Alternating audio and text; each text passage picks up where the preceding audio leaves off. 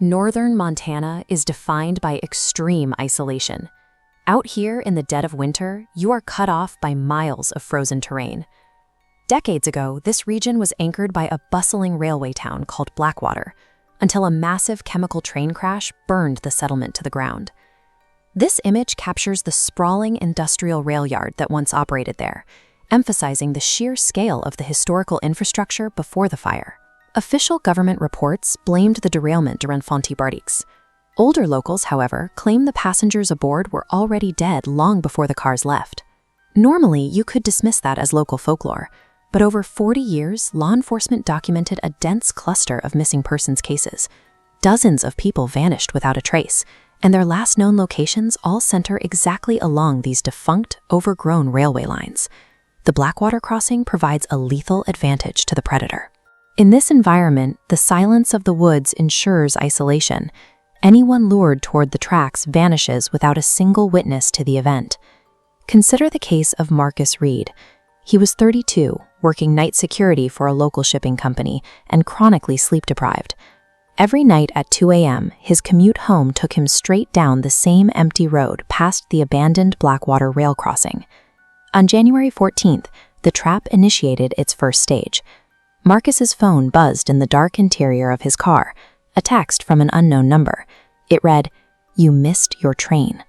He deleted it, assuming it was spam. 10 seconds later, a second message arrived with an image attached. It was a photograph of a snow-covered train platform.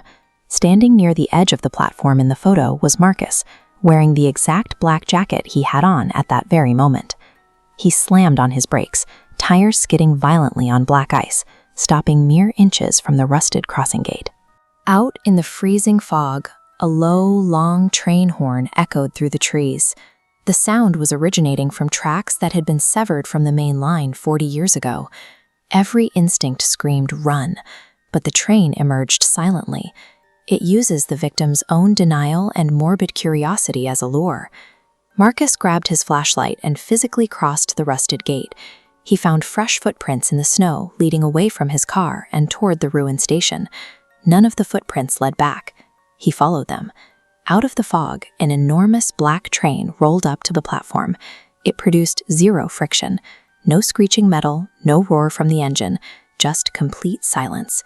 Through the dim yellow windows, dozens of passengers sat perfectly still, staring straight ahead without blinking. The doors hissed open. A conductor stepped onto the platform. His skin was pale, and half his face looked severely melted, like he had survived a massive chemical fire. He looked directly at Marcus and softly said, "Mr. Reed, we've been waiting for you." If you ever find yourself facing a phenomenon that actively defies physical mechanics, like a 1,000-ton machine moving in dead silence, you cannot trust the sensory information your eyes are giving you. This localized surrealism is an anesthetic. The mind struggles to process the impossible, so it defaults to compliance. Marcus turned to run, but the forest and his car were gone, replaced entirely by darkness.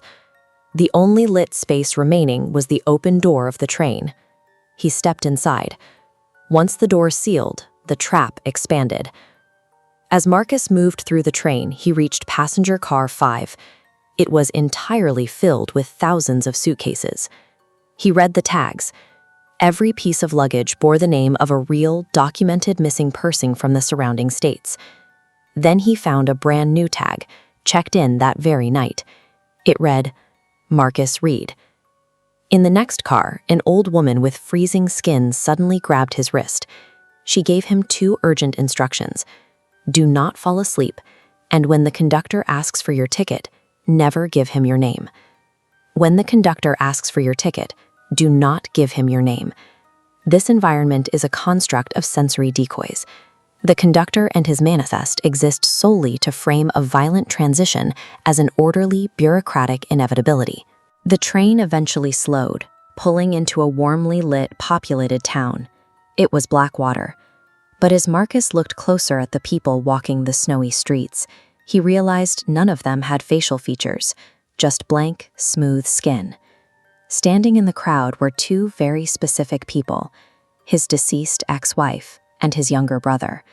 Both were staring directly at him, smiling, silently mouthing the word, "Stay." Everyone on this train was trapped, forced to relive the final moments before death. The faceless inhabitants represent a mind struggling to render specific detail while the brain begins to shut down. His phone vibrated one last time with a message from his own number. "Wake up now." In that fraction of a second, the sensory block lifted. Marcus remembered hitting black ice. He remembered the violent roll. Out in the real world, Marcus was currently bleeding out upside down in a frozen ditch. The physical body was undergoing agonizing trauma. The train was simply offering a quiet, warm place to sit down. The passengers moved toward him, reaching, begging, trying to pull him off the train.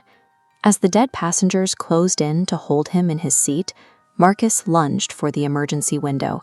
He smashed through the glass. The illusion shattered instantly, dropping him into total darkness. The conductor's face split open unnaturally wide. Passengers grabbed Marcus's arms, cold hands, rotting hands, pulling him back. The only functional defense is a violent, active exertion of willpower to reject the anesthetic and wake up. Marcus woke up in a hospital 3 days later. Paramedics had found his overturned car less than 20 feet from the abandoned railway crossing. He had survived the cold by inches.